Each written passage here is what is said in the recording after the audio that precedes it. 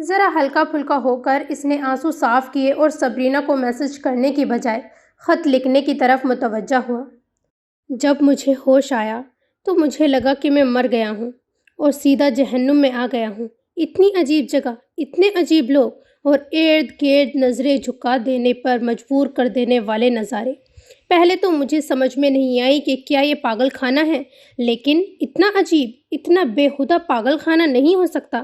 اس وقت آدھا دماغ سن تھا لیکن اتنی سمجھ تھی، اتنا فرق میں جان سکتا تھا۔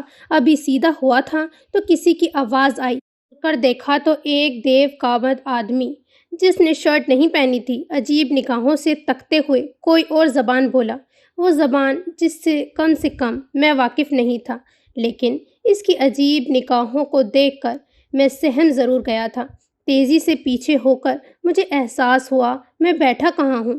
ہاسپٹل کا اسٹریچر تھا۔ ایک دم گہری روشنی میرے منہ پہ آئی تھی۔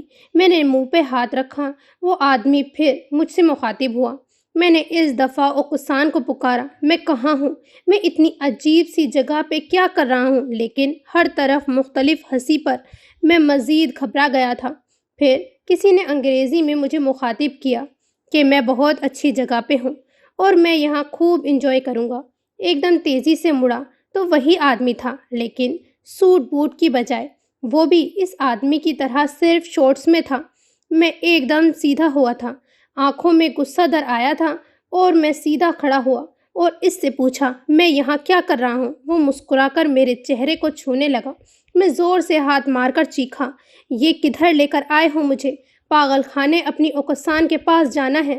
مگر وہ ایک بار پھر ہنسا۔ میں پہلی بار اس شیطانی نگاہوں اور ہنسی سے خوف زدہ ہو گیا۔ بے اختیار اسے دھکا دیتے ہوئے جانے لگا۔ ایک دم پیچھے سے گردن پہ زوردار بجلی کے جھٹکے سے میں گرا تھا۔ تکلیف سے میری چیخ بھی نہ نکلی۔ 2 منٹ ایسے ہی پڑا رہا، پھر اس نے مجھے کھینچا۔ اس نے سرد لہجے میں مجھے باور کروایا کہ یہ بھی جگہ کسی پاگل خانے سے کم نہیں ہے، مگر بہت جلد میں اس دنیا کا نہ صرف عادی ہو جاؤں گا بلکہ انجوائے بھی کروں گا۔ میں نے مزاحمت کرنے کی کوشش کی، میں نے اس کے بڑھتے ہوئے قدموں کو جھٹکنے کی کوشش کی، مگر وہ نہیں رکا۔ میں نے اوکسان کو روتے ہوئے پکارا۔ مجبوری کا ایسا عالم آ گیا کہ میں نے سب کو پکارا، دادی، ادا جان، تایا ابو، تائی امی، کوئی تو آئے، مجھے بچائے۔ ایک دم میری چیخوں پہ اس نے چھوڑ کر مجھے پھینکا۔ دوسرے والے نے اپنی زبان میں اس سے کچھ کہا تو وہ سر ہلا کر بولا، بلاؤ اس کے لیے اس کی اوکسان ہی آنی چاہیے۔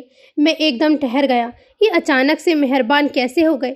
کچھ منٹوں بعد ایک جاپانی آدمی عورت کے لباس اور میک اپ میں لمبے بالوں کی وگ پہنے ہوئے آیا تھا۔ جو آدمی میری زندگی برباد کرنے میں ذمہ دار تھا، تمسخر انداز میں بولا تھا، لو آ گئی میری اوکسان، اب تو خوش ہو؟ میں نے زور سے چیختے ہوئے نفی میں سر ہلایا، مگر اس زنانہ کپڑوں میں ملبوس مرد نے مجھے گھیرے میں لے لیا۔ اس نے کہا، ماں کی محبت کو کون انکار کرتا ہے؟ مجھے لگا میرے پیٹ میں موجود جو کچھ تھا وہ سب کچھ اس کی بات پہ باہر آ جائے گا۔ اس کے بعد ان ظالموں نے مجھے نہیں چھوڑا۔ ان گزرے ہفتوں میں انہوں نے مجھے قابو میں لانے کے لیے نہ صرف خوفناک منظر دکھائے بلکہ میں بھی ان کا شکار ہوا۔ کوڑے، ٹیزر، الٹا لٹکا دینا، چوہوں سے بھرے اندھیرے کمرے میں بند کر دینا۔ مجھے سمجھ نہیں آئی مجھے کس جرم کی اتنی بڑی سزا مل رہی ہے۔ میں نے زندگی میں کسی سے اونچی آواز میں بات تک نہیں کی تھی، بدتمیزی تو دور کی بات ہے، تو پھر مجھے اتنی بڑی سزا کیوں دی گئی، کیوں سنا دی گئی؟ عالم فیملی کی وجہ سے یہ سب ہوا۔ نہ وہ میری ماں اور مجھ سے نفرت کرتے، نہ ہی میری ماں کو نکالتے، نہ ہی اوکسان مرتی اور نہ ہی میرے ساتھ یہ سب کچھ ہوتا۔ نفرت کی آگ میرے زخمی دل میں بھڑک اٹھی تھی۔ وہاں میرے جیسے اور بھی مختلف رنگ و نسل کے بچے، ٹینیجر موجود تھے جو ان کی زیادتیوں پہ اتنے عادی ہو گئے تھے کہ مشین ہی بن گئے تھے۔ کوئی کسی سے بات نہیں کرتا تھا، ڈر ہی کچھ ایسا حاوی تھا۔ لیکن وہاں ایک شخص تھا جس نے میری زندگی نہ صرف بچائی تھی بلکہ ان سب کمینوں سے ایسا بدلہ لیا کہ میری تڑپتی روح کو چین و قرار مل گیا۔ میں اس شخص کا تاعمر احسان مند رہوں گا۔ جو بھی کچھ اس نے میرے لیے کیا، اپنی خراب حالت کے باوجود اس نے مجھے زندہ سلامت اسکاٹ لینڈ پہنچانے کا ذریعہ بنا۔ اب تم حیران ہو رہی ہوں گی کہ میں پھر کہاں تھا۔ مجھے ایک گروہ نے پکڑ لیا تھا۔